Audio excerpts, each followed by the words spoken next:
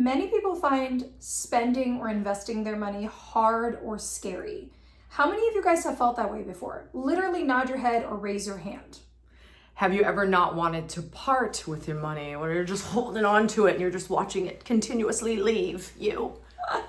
Or how many of you have ever said, I can't afford something that I want or afford it in general, right? We all have, but here's the really important part. The important part is talking about how this very thing, these very thoughts, and the inability to allow yourself or to get to the point where you are actually investing in yourself or investing or spending your money is one of the most common and most critical blocks to your abundance and wealth creation, right? And if you're even not totally blocked and you're just finding you want to get yourself to the next level around your abundance and your wealth, there's probably something in here as well for you.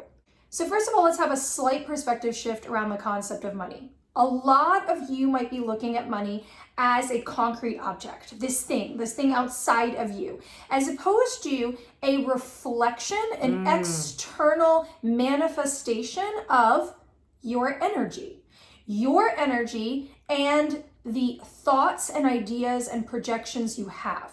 So this is another video altogether, but I have to tell you guys, take a deep and thorough inventory of your ideas about money and the ideas that you've absorbed about money from the world around you. Money is evil, it's hard to get, right? All of these components that we talk about deeply in our work really do restrict and confine your experience with being able to receive and give money. Additionally, right, money has a aspect of letting you know, right? So if you're looking at your bank account, there is a correlation to where your energy is, right? Where your power is, where your ability to allow all of that incredible creation energy that you are to be expressed in the world. So don't look at it and say, wow, I'm in a really bad place, or wow, I'm in a really good place, but use it as a marker to think about. And so it's really important as we're talking about here, because we're about to also talk about how money as energy is also an exchange, is actually part of universal law.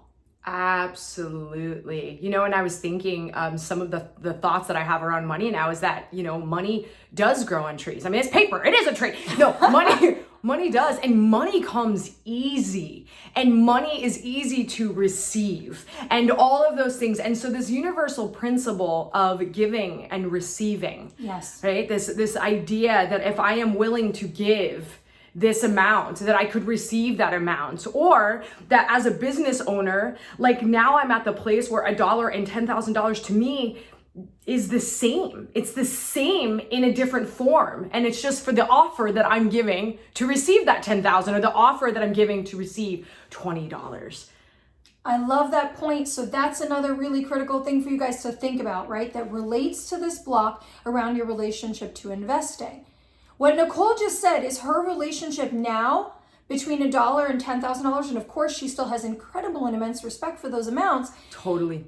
The universe doesn't know the difference, right? We're talking about universal law. The universe just knows what you assign it, right? So if your assigning of something is that $1 is absolutely massive. Yes. And therefore difficult to obtain, then that dollar will be that, right?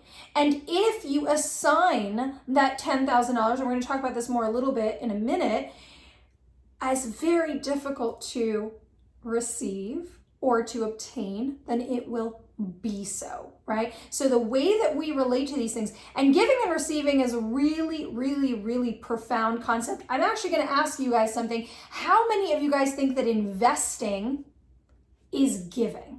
Right? Because Nicole just said there's a universal principle of exchange, right? In order for we use money as a representation of a universal law, which is the need for there to be balance between giving and receiving. There always needs to be a balance between giving and receiving, and a balance in exchange. And so how many of you guys seems to think that it would be obvious, right, that investing would be giving?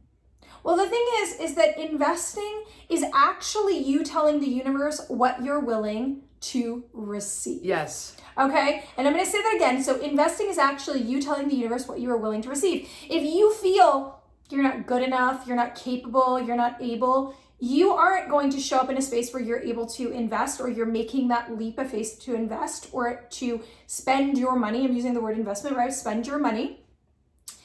But here's the other really important thing that we alluded to, that Nicole alluded to earlier, is that it's also saying this big red flag of that, hey, guess what? You can serve me. I am willing to put my money in this and then get this thing in return. I am willing to place my investment, my time, right? Because your money is really your time. Your money is really your energy. Your money is really your faith. So when you take that thing, that's why we said money is just energy. When you take that thing and you place it down somewhere and you then impart all of these aspects of yourself and your trust and your knowing, you're also saying, look at me. I'm willing to receive. These are the things I'm willing to receive. So I want to talk to you guys about a really important experience that I had with an amazing client, right? And this client came to me and said, you know, I want to do this course with you, but I can't spend that amount of money. That amount of money is too big for my mind right now. Like, I don't feel like that's something I can do. So we sat and we discussed a little more, and we talked about this person's goals. What are your goals? What would you like to create as a monthly income? What would you like to do? What would you like to get out of this experience that you have with us? And what they wanted to generate as a monthly income was the exact amount of the investment that they were debating about whether or not they could do. And I paused. And I said, I just want to show you that if you do not believe that you can invest that number because it is too large, it is too out of your reach to invest, then that will be your ceiling for what you can also receive. Absolutely. And in that moment, that person had a light bulb shift. And I will tell you that they then were able to make that investment and create the opportunity for that investment. And they have doubled, if not more, everything that they wanted to do as a monthly income because they broke through that ceiling. When we give out, I remember the first time I gave like a 5-figure amount or multiple 5-figure amount for something for myself. And the energy of it, the energy that I put in was like, yes, I can. Yes. Because that kind of commitment says, yes, I can. You're going all in. It's like, oh, even if you don't totally believe in yourself, you're going, I'm going to have to make it work because I just put that in. And when we do that, you can see my energy. It's like, oh, you're like, the universe meets you in that, oh, yeah. And it doesn't matter what it is. I thought it was if I put money into self-help, it'll come back. Right. It doesn't matter if I put money into a car, it's going to come back. Whatever we put in to our existence, it is saying something. There is a vibration. There is this ownership of it. There's this honoring of self. There is this commitment and trust to self that I am going to show up and make this work. It's like anchoring in. You know, and it's like the more I've ever given, the deeper my feet and my ground and my roots went into the earth in that commitment. Yes, 100%. And what Nicole just said is really, really potent, right? If you intentionally invest, right, in anything, then you allow yourself to receive that in return.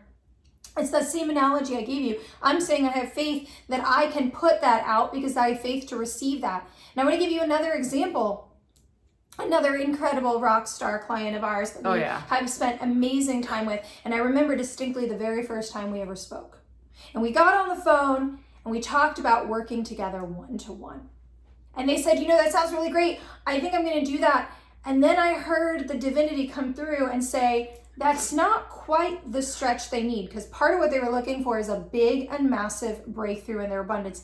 Now, really pay attention to this video, guys, because some of the stuff we're telling you, this is stuff that people pay a lot of money to sit down and talk to us about, right? And we want to tell you so that you start having a breakthrough around this, because that inability or unwillingness or the belief that you cannot create that doorway is one of the number one blocks we see to people's abundance. And you guys ask us all the time, you say, how do I get out of my lack? How do I break through this? And I know some of you guys are sitting there right now going, you know what? But you guys don't understand. I literally don't have the money.